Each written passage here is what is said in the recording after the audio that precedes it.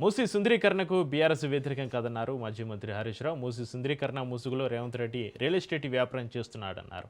రేవంత్ రెడ్డి పాలన తుగ్లక్ పాలన అంటూ మండిపడ్డారు. డీపీఆర్ లేకుండానే 10,017 ఇళ్లు కొలగొట్టేందుకు ప్రభుత్వం గెజిట్ నోటిఫికేషన్ ఇచ్చిందన్నారు.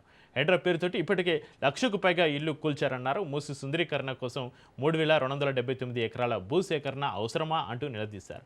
మూసీ బ్యూటిఫికేషన్ పేరుతోటి నోటిఫికేషన్ చేస్తున్నారన్నారు మాజీ మంత్రి డిప్యూటీ 4 లీడర్ హరీష్ రావు. మళ్ళీ చెప్తున్నాం, మూసీ పునర్జీవానికి బీఆర్ఎస్ పార్టీ వ్యతిరేకం కాదు. మేము కేవలం మూసీ ముసుగులో బ్యూటిఫికేషన్ పేరు మీద రేవంత్ రెడ్డి చేస్తున్న లూటిఫికేషన్కు మాత్రమే వ్యతిరేకము. మూసీ పేరిట లక్షలాది మంది ప్రజల రోడ్డు మీద వేయడానికి మేము వ్యతిరేకము.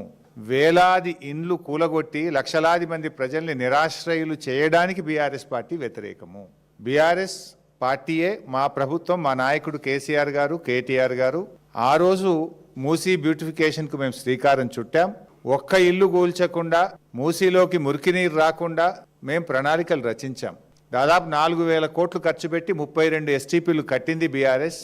కాళేశ్వరం ప్రాజెక్టు ద్వారా గోదావరి నీళ్లను తెచ్చి మూసీలో వేసి ఆ మూసీని శుద్ధి చేయాలని ప్రణాళికలు రచించింది బీఆర్ఎస్. సో మీరు దాన్ని కొనసాగించండి. కానీ ఈరోజు రేవంత్ రెడ్డి గారి ప్రభుత్వం మూసీ ముసుగులో రియల్ ఎస్టేట్ వ్యాపారం చేయడాన్ని, మూసీ ముసుగులో పేదల ఇండ్లు కూల్చడాన్ని, మూసీ ముసుగులో లూటిఫికేషన్ మాత్రమే బీఆర్ఎస్ వ్యతిరేకిస్తుంది.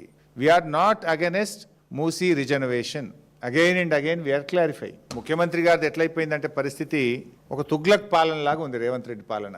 ఒకసారి మూసీ సుందరీకరణ అంటాడు, ఒకసారి మూసీ ప్రక్షాళన అంటాడు, ఇంకొకసారి మూసీ పునర్జీవము అంటాడు. అసలు ఏంది నువ్వు చేస్తుంది?